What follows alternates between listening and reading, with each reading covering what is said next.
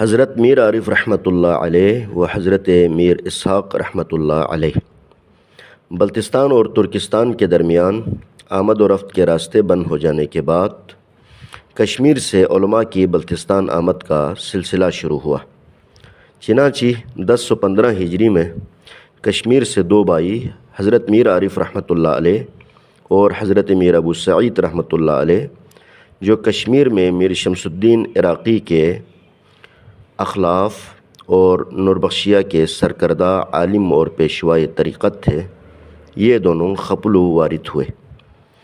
مولوی حشمت اللہ کے بقول یبگو حاتم کی وفات اور یبگو دبلہ خان کی تخت نشینی کے بعد دو بھائی میر عارف اور میر ابو سعید اپنے شاگرد اور مرید ملا زیرک کے ہمراہ کشمیر سے کھرما پہنچے تو مقامی لوگوں نے آپ کو وہاں سکونت اختیار کرنے کی دعوت دی، مگر انہوں نے اپنا سفر جاری رکھا۔ میر ابو سعید نے کرس میں اقامت پذیر اختیار فرمائی، جہاں اپنی زندگی تبلیغ دین میں گزارا اور آخرکار 1095 ہجری میں آپ کرس ہی میں وفات پائے، جبکہ حضرت میر عارف کو راجہ رحیم خان خپلو نے تبلیغ کے غرض سے خپلو آنے کی دعوت دی اور وعدہ کیا کہ خپلو میں میر عارف جہاں سکونت اختیار کرنا چاہے وہاں اراضی کے علاوہ تمام ضروریات زندگی کا بندوبست کیا جائے گا۔ ساتھ ہی یہ خیال کیا کہ ان کی سکونت کے لیے فڑوا یعنی موجودہ گلشن کبیر مناسب جگہ ہوگی۔ میر عارف 100 خدمتگاروں کے ساتھ گرمی کے موسم میں سرموں سے غر سے اور پھر ڈنڈلا پہنچے، جو موجودہ تھگس کے سامنے واقع ہے۔ آپ نے اس جگہ کو اپنی جائے سکونت کے طور پر پسند فرما کر واپس خپلو آئے اور راجہ کو اپنی رائے سے آگاہ کیا۔ راجہ نے ایک وسیع علاقہ ہلدی کے بعد واقع نالے سے لے کر سینو ناگپڑزا تک آپ کو وقف کیا۔ یوں میر عارف تھگس میں سکونت پذیر ہوئے۔ راجہ کی طرف سے لکھی گئی یہ تحریر آج بھی تھگس کے سادات کے ہاں محفوظ ہے۔ میر عارف نے نکاح فرمایا، جس کے نتیجے میں ایک لڑکی مہربانو اور ایک لڑکا میر آرا پیدا ہوئے۔ میر آرا بوجہ نافرمانی عاق ہو کر گاؤں بدر ہوا اور سرموں میں جا کر آباد ہوئے، جس کی نسل سے سرموں کی میر فڑق کی نسل چلی، جو 2 پشتوں کے بعد ختم ہو گئی۔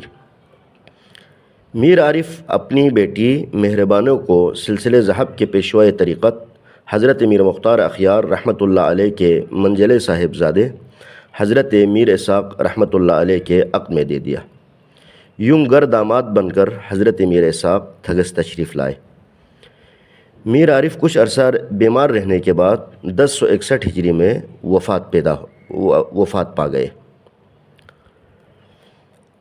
آپ کی نعش مبارک کو تھگس کے خرٹ نامی محلے میں لایا گیا اور ایک مکان کے تہ خانے میں 40 دن تک چھپا کر رکھا گیا۔ یہاں لوگوں نے دیکھا کہ 40 دن کے بعد آپ کے بال بڑھ کر آنکھوں تک پہنچ چکے تھے۔ بعد ازاں میر عارف کی نعش کو خانقاہ معلیٰ تھگس کی جنوبی جانب دفن کیا گیا۔ یہ وہی خانقاہ ہے جس کی بنیاد آپ خود نے اپنے دست مبارک سے رکھی تھی۔ آپ کا روضہ مبارک کشمیر کی قدیم طرز تعمیر کا منفرد شاہکار ہے۔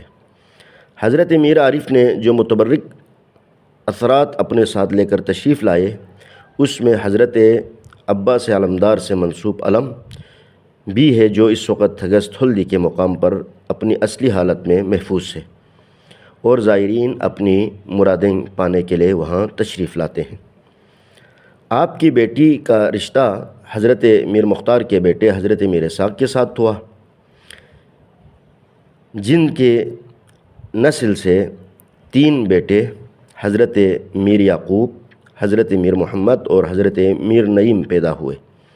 حضرت میر نعیم علاقہ چھوربٹ والوں کی خواہش پر تبلیغ کے لیے چھوربٹ تشریف لے گئے اور موجودہ چھوربٹ کے سادات انہی کی نسل سے ہیں، جبکہ مشبرم اور خپلو میں موجود باقی سادات میر یعقوب اور میر محمد کی نسل سے ہیں۔